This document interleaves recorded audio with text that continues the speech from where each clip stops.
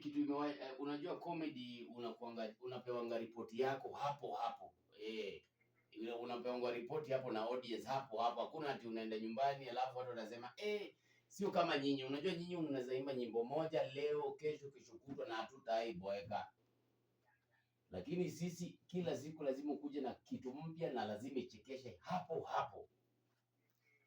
So kuna saa zingine unaweza kuja stage mazee umechekesha watu lakini hakuna mtu anacheka hata moja, kila mtu anakuangalia. But hizo zimefanyika ile wakati nilikuwa naanza comedy. So hizo ndio situations saa zingine unajipata mpaka unasema am I in the right field ama niachane na hii kitu bana, hii kitu si yangu. Lakini God mwenye alikupea hiyo the first seed akakwambia anza. Unaona ile time uliandika mistari tu yako ile ya kwanza tu hivyo. Hiyo ni seed yenye ulikuwa na plant. Mungu si mjinga, alikupea hiyo mistari uanze nayo.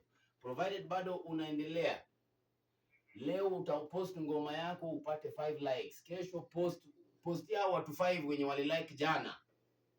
Wapostie tu tena. Watalike utapata 6 likes. Post tena utapata 7, 10. Itafika mahali utakuwa unaingiza hizo million views and above.